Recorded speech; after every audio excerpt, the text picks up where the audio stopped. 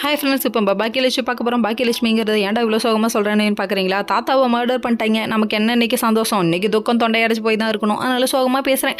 இதெல்லாம் ஒரு பக்கம் இருக்குது. இன்னொரு பக்கம் வந்துட்டு தாத்தா வந்து இறந்துட்டார்னு நியூஸை கேள்விப்பட்டேனே. இல்லை எங்கள் தாத்தா இறக்க மாட்டார், தூங்கிட்டு இருக்காருமா அப்படின்னு சொல்லிட்டு இருக்காங்க.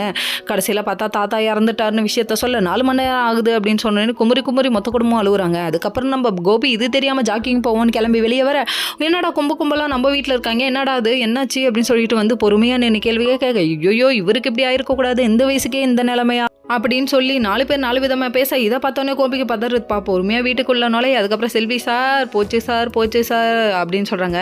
அதுக்கப்புறம் முடிஞ்சிச்சான்னு சொல்கிறாங்க. இப்போ என்ன தான் சொல்ல வர, ஒழுங்கா உண்மையை சொல்லு அப்படின்னு சொல்ல, அதுக்கப்புறம் ஐயோ இப்படி சொல்லாத பக்கி பதறுது அப்படிங்கிற மாதிரி ஆயிடுச்சு. தாத்தா தவறிட்டாருன்னு விஷயத்த சொல்ல, தாத்தாவா உங்கள் தாத்தாவான்னு சொல்லி கேள்வி கேட்க, இந்த நிலைமையில இந்த குசும்பாயா உள்ளே போய் பாரியா அப்படின்ட்டாங்க. கடைசியில் பார்த்தா அப்பா அப்படின்னு சொல்லிட்டு இவங்களே கதறுன்னு கதற ஆரம்பிச்சவர் கை கால் நடுக்கத்தோட வீட்டுக்கு வர. ராதிகாவை பார்த்தோன்னே என்னாச்சுன்னு சொல்லி இவங்க கேள்வி கேட்க, எல்லாரோட முகத்துலேயும் மேக்கப் கம்மியாக இருக்கும் போதே தெரியலையா, அழுவ தயாராகிட்டாங்கன்னு.